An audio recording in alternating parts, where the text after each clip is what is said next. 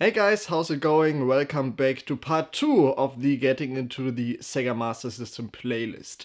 This time I'm going to talk about the different Master System models I have right here, and I talk about how they work and which one I would recommend for people getting into the Master System. So they're all quite different and they have different options and functions that might suit some needs of different people. So check these out, I'm going to talk about them now. So if you actually want a Master System, I would recommend the model that's the most known in the US, the Master System Model 1. This is quite simple, it's quite longer than your usual console. It has a reset button and a pause button like every Master System should have. It takes card games, which is important for some people, especially in the US where not every game was re-released as a card. And it also takes all the cartridges. There are different output options on the back. We have RF, and we have, of course, AV out that supports an RGB signal just from the get-go. There are no modifications needed to get RGB out of this system, which is the main reason why I do recommend this Master System over any of the others. Just the way better picture quality makes it a very easy sell to people. There's also an expansion port back here where you can mod your FM sound module into, and then you get the better Japanese audio. Better in quotation marks. I actually like the original music way better. But that's an option for this model that not any other model has, I think. And yeah.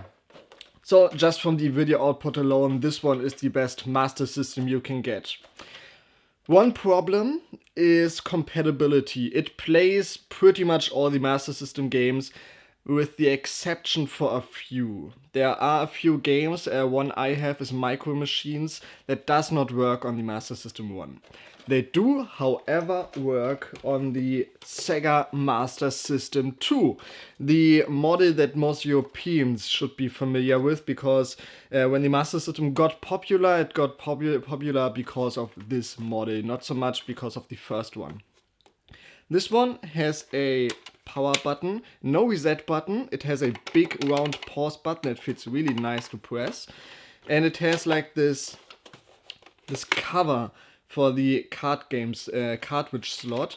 It does not house a game, so if a game is in there you can't close it, but still nice to have. You have RF out, and sadly the AV port was stripped out. This system does not support RGB from the beginning. You have to mod it. You can see I tried it and I failed miserably. So yeah, you can mod it. It's actually not that hard. I'm just not good at modding. But I did mod it to have 50-60 Hertz output, so that works. So I'm not a complete failure. This model is aesthetically a lot more pleasing in my opinion. So when it comes to just looking nice on your shelf, this is my recommended model. The European Master System 2. The American is actually gray and not black, so that's pretty weird looking. It is compatible with all the games except for one, which is Great Soccer, because it was the only card game that was never released as a cartridge. And this model does not take the card games, just cartridges. So it does not play the original version of Great Soccer. That's the only game I can think of that doesn't work. So I recommend this one if you have it modded. And yeah. But my recommended model is all the way over there. The Mega Drive. Now you are thinking, this is a Mega Drive, not a Master System. How does this play Master System games? Well, when it looks like this, it doesn't at all. Unless you have a EverDrive, because the Mega Drive is 100% almost backwards compatible with the Master System. There's actually a Master System in here. The only thing that is missing is the SG-1000 backwards compatibility. So games that needed to play, the only one is F-16 Fighter, which you don't want to play anyway. You just have to get a Master System for that. So anyway else, this one plays all your games as long as you have an EverDrive to play Master System ROMs, or you get a power base converter. Plop it in here. Up here, this thing opens, and you can put your Master System games in there. You can play your card games, and you have a pause button, something that would be missing if you have an EverDrive. So I would actually recommend this one over the EverDrive, because you have a pause button that's required for some games, and unless the EverDrive has some kind of option to do that, you're just out of luck to play some of the games.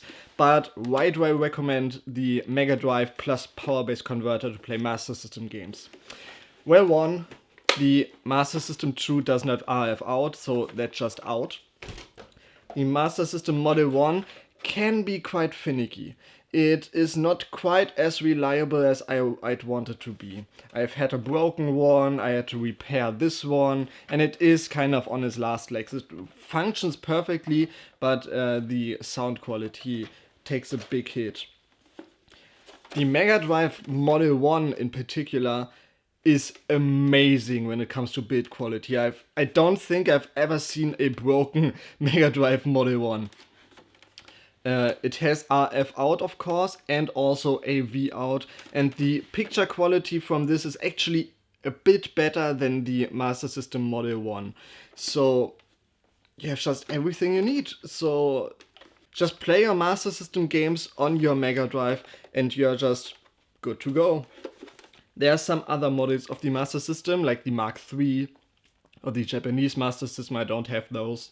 There are also all the Brazilian models, like the Master System Model 4 and something like that. I do not recommend those because they have some compatibility issues as far as I know. They also vary in build quality, so as the Master System got older, the build quality got cheaper and cheaper.